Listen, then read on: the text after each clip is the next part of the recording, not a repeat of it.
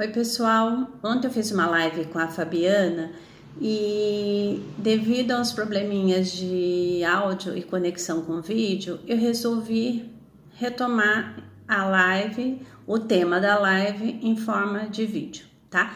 O tema foi violência e pandemia, violência doméstica e pandemia.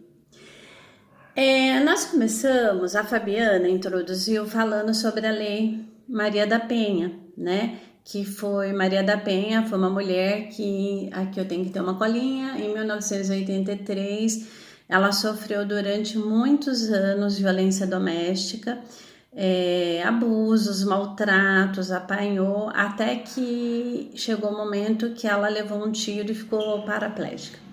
E aí se estabeleceu a Lei Maria da Penha, houve uma ação, porque acharam que foi uma omissão do Brasil em relação a isso, né? O abusador, me parece que ele pegou 19 anos de pena, mas ficou 2 anos preso. Em função disso, foi criada a Lei Maria da Penha em auxílio às mulheres que passam por abuso e violência doméstica. Só que essa lei, ela estipula assim, qualquer denúncia que tenha ação ou omissão, tá? Que cause na mulher morte, lesão, sofrimento físico, sofrimento sexual, não é não, tá?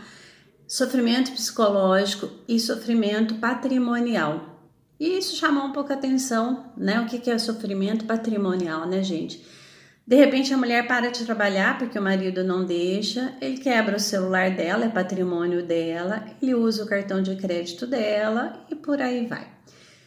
E o que acontece com o abusador, que fique bem claro que mesmo na pandemia, a pandemia só é um gatilho para ele, para exacerbar o que ele já tem. Ele é um agressor, ele é um abusador.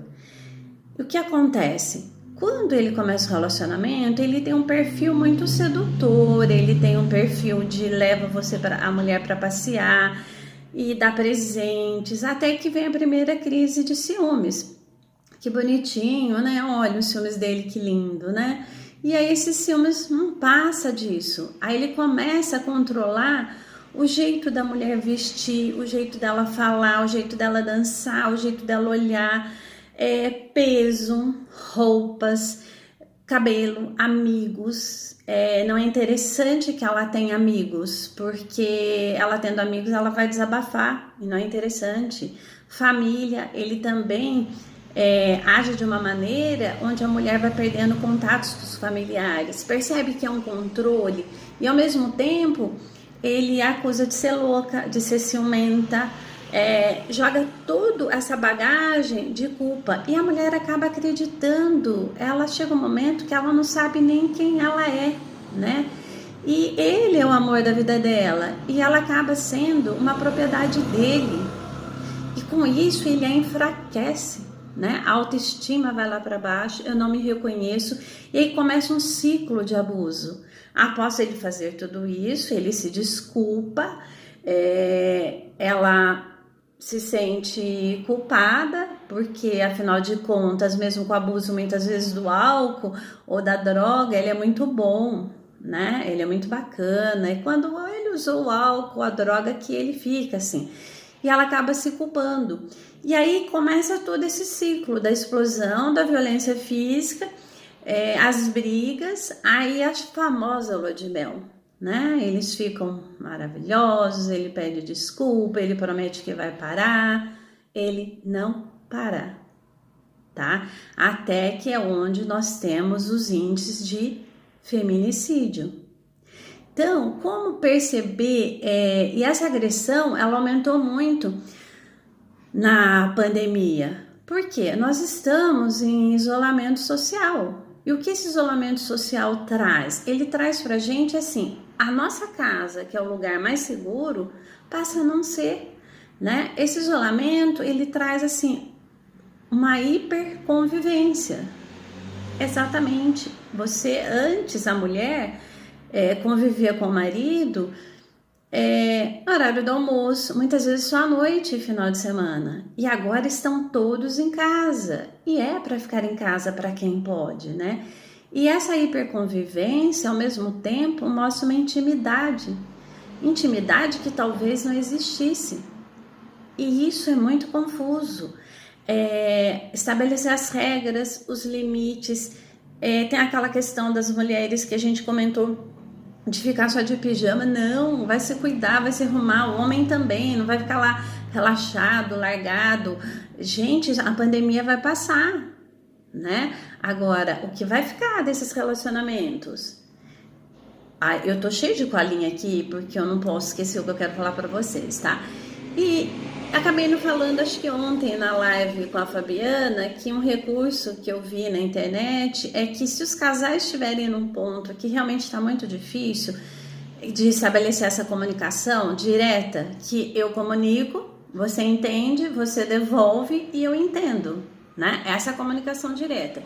E não havendo essa possibilidade de ser do casal ser assertivo, tinha uma sugestão da camiseta da invisibilidade, que, olha, tal dia, se eu estiver com essa camiseta, menos, tá? É meio como se fosse uma TPM do casal, né? E naquele dia o casal vai saber, opa, hoje ele ou ela não está bem, eu vou pegar mais leve, tá? Porque estão todos sobrecarregados. E a mulher, nesse caso, ela tá muito mais sobrecarregada, gente. Porque, assim, tem muitos maridos, muitos homens companheiros que ajudam, sim, na atividade doméstica. Têm sido muito parceiros. Mas acaba a mulher ficando sobrecarregada porque muitas vezes ela está em home office, ela tem os filhos para cuidar, ela tem a casa, ela tem a comida, ela dispensou ajudante. E o homem, por outro lado, também ele está com estresse imenso em relação à nossa economia. Muitos estão desempregados, né? Então, o que a gente procura como dica? Diálogo, psicoterapia individual, eu acho muito importante, porque quando acabar tudo isso, eu acredito que esses casais procurem a psicoterapia de grupo. Só que muitos deles... Talvez assim seja só excesso da pandemia, outros não. Isso vai acentuar muito a questão de eu não quero mais estar nessa relação, tá? Então eu acho muito interessante que a psicoterapia de casal ela venha depois disso, porque eu não sei se eu consigo enxergar os casais hoje, né, fazendo uma psicoterapia, porque eles estão num nível de estresse muito grande. Um outro detalhe também que foi comentado na live com a Fabiana é que em briga de marido e mulher se mete a colher? Bem, se mete sim, né? Porque nós estamos vendo vários feminicídios, né? Fora os que não tem subnotificação, né? Que não são notificados, que não sabemos. E o que nós sabemos, percebe-se que os vizinhos, os parentes, muitos não tomaram alguma atitude. E então é para meter a colher sim. E aí eu fiz um comentário que a mulher muitas vezes, mesmo se você estiver numa rua, tá, andando e você percebe que tem alguém te seguindo, se você gritar socorro, muitas pessoas só vão olhar pela frestinha da janela, né? É igual ocorre nos apartamentos, nas casas. Então fica uma dica, grita fogo, está pegando fogo, todo mundo sai, tá? Então ficou essa dica para as mulheres, para as adolescentes. E também nós falamos sobre o abuso e a violência contra a criança. Maio é o mês, né, de abuso, de conscientização do abuso e exploração sexual da criança e adolescente. E falamos um pouco qual o lugar mais seguro para uma criança? A minha casa. E onde acontece a maioria dos abusos? Na minha casa, né? Com parente, com conhecido. Então essas crianças estão à mercê dessas famílias. E aí surgiu também a questão orientação sexual na escola. Sim, orientação sexual na escola. Porque como essas crianças vão conversar com esses pais que um deles é o abusador? Não tem condições.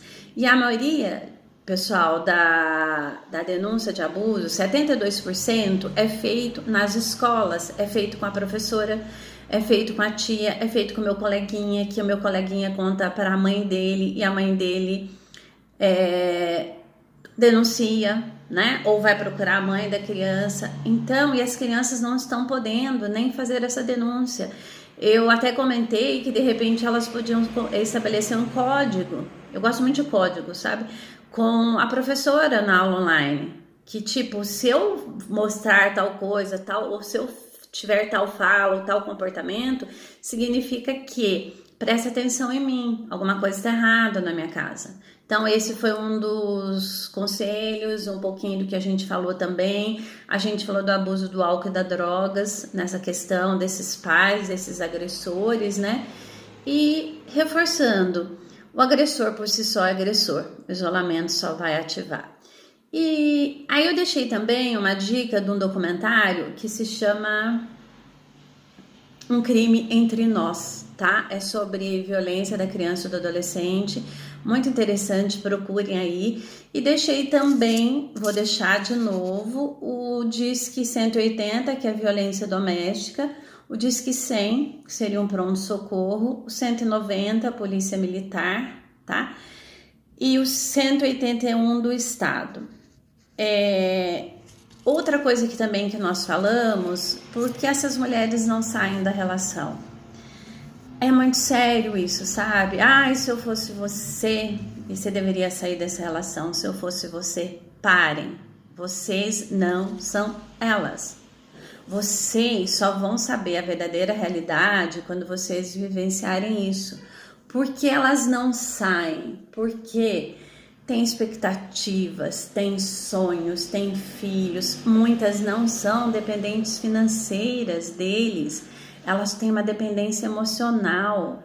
E toda aquela expectativa, e fica aquela coisa, vai passar. A pandemia vai passar, tá? Mas esse abusador não vai passar, né? E outra, ele sempre joga a culpa e ela acaba tendo pena dele, né? E junto com isso, como eu vou denunciar? Ele vai ser preso, ele é o pai do meu filho. E aí ele ameaça: eu tiro teu filho, né? A guarda vai ser minha. Então veja, é muita pressão para a gente exigir que seja simples e que seja fácil que essa mulher tome essa decisão, tá?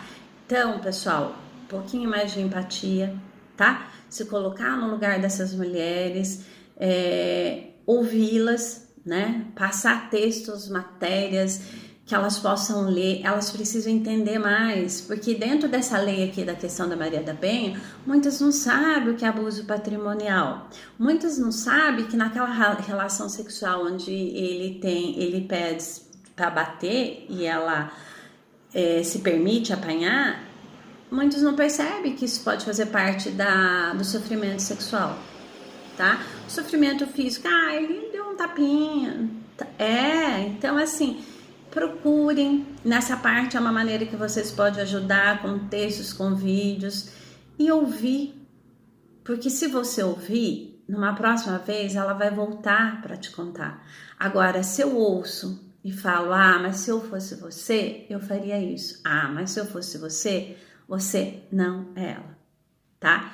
Então, fica essa dica, fica essa mensagem sobre essa questão muito importante. E que essa crise passe logo, sabe? E que esses casais possam retomar a vida deles como casais. E os que não conseguirem, como na China, o número de divórcio foi imenso após a pandemia, né? Eu acredito que aqui não seja tão diferente, não sei em números, né? Mas não seja muito diferente. Mas hoje a gente torce pela família, a gente torce pelo casal, tá? E um grande abraço para vocês. Eu só vou repetir o documentário, tá? É Um Crime Entre Nós. Acho muito interessante.